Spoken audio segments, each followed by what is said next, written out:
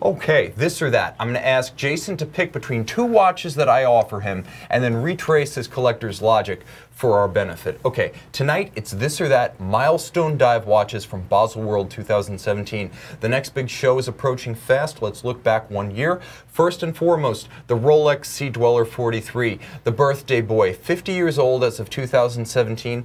We got a new version of it that effectively replaces the Sea Dweller 4000, and alongside, as Grand Seiko exorcises the Seiko from its dial, the Grand Seiko Hi-Beat 36,000 professional 600-meter divers. Okay, two watches, similar profile, same show. Here we go. Rolex Oyster Perpetual Sea Dweller. This is technically the 126-600. Jason, I know you're kind of prejudiced because you're wearing a Rolex tonight, but let me finish. Go for it. Okay, so in 2017, we welcomed the 50th anniversary Sea Dweller. Close inspection of the result reveals the return of the red Sea Dweller signature, evocative, handsome, and well chosen for the occasion.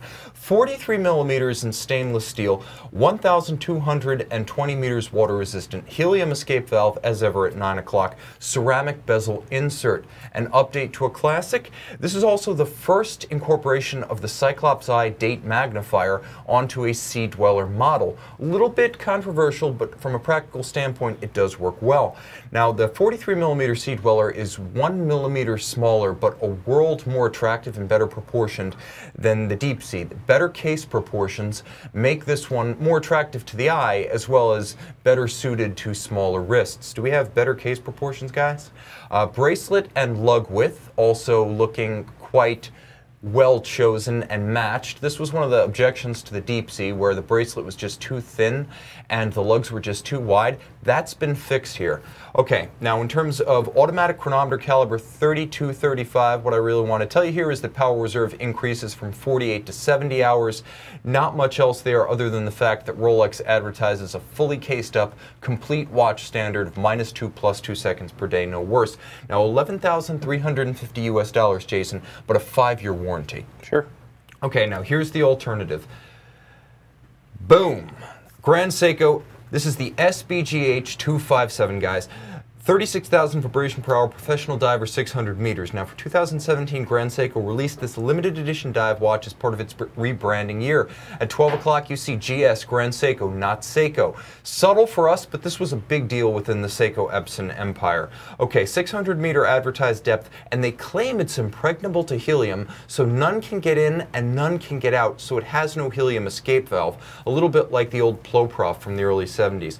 46.9 millimeters and 17 millimeters thick. This is a really big watch, but it's in titanium, so on the wrist it feels about the same size as the Rolex. Impressive case finish.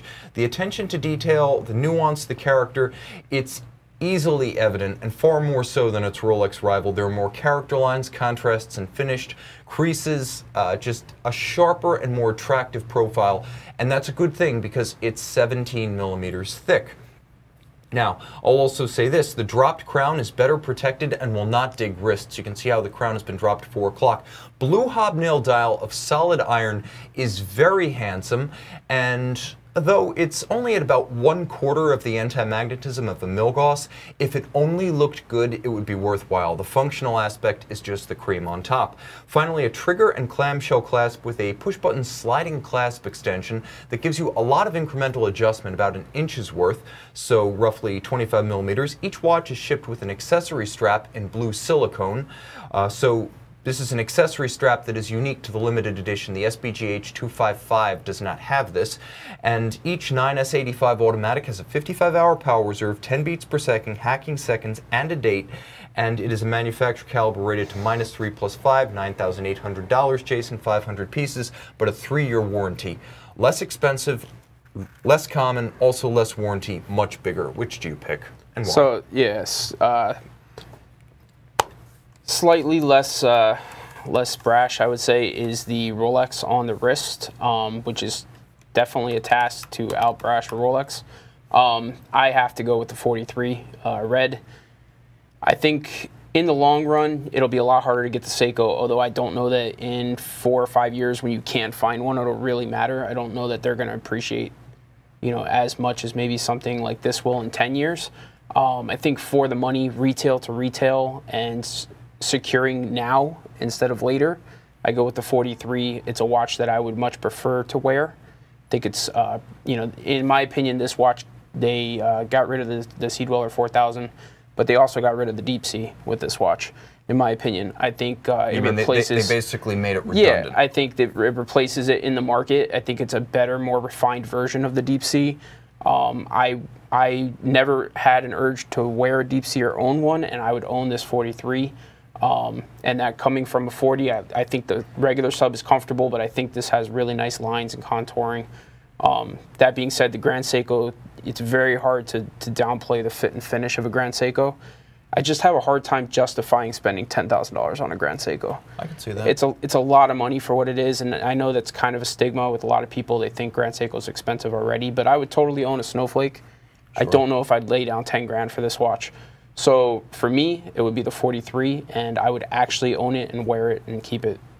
So let me ask you a question. If this were actually a shootout between the 43mm Sea Dweller and, like, say, the SBGH257 diver, which is a spring drive diver from Grand Seiko that costs around $6,000, would that sway your logic if now the pricing paradigm is reframed? Yeah, I think so, because so Grand Seiko, Seiko in general, just Seiko as a brand, has always been for me a value proposition. So Grand Seiko even more so. You're getting hand finishing, you're getting these crazy you know, finishes, and technically the watch is excellent. So I think for value proposition, if I'm going to a piece that is comparable but is half the price, that has to, you know, you can't overlook that. That has to be taken into account.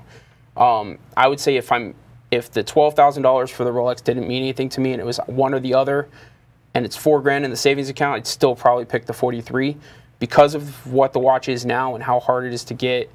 That appeals to me. Secondary market is strong on the watch.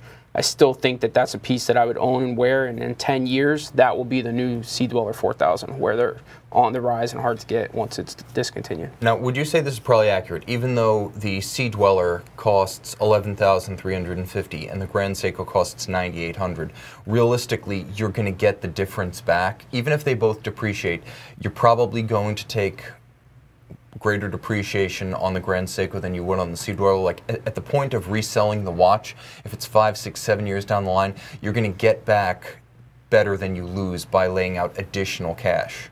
So there's a couple parts to that. I would agree with you to the most of it. So here's the thing: secondary market is demand.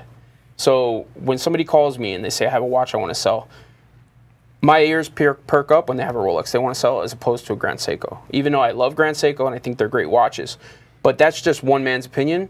Imagine selling that to a public. You're going to have a much broader audience when you're selling a 43mm high demand Rolex stainless steel than you are selling a Grand Seiko. There's also which type of buyer you're going to be dealing with. Grand Seiko buyers are going to be much more picky because they know every little intricacy about the watch, whereas Rolex is, you know, it's a great product, but a lot of it is also people just looking to have the hottest Rolex. So for right now, I think the Rolex is easier to sell, sells for more. For in the future, I think to the second part of that question, the depreciation value percentage-wise is going to be a little bit lower on the Seiko. I think you're going to get a little bit more money back because there's only 500 units. Okay. So but you're going to have to find a Seiko fan. You're going to have to find that guy. And they'll be out there, but it's going to be tougher.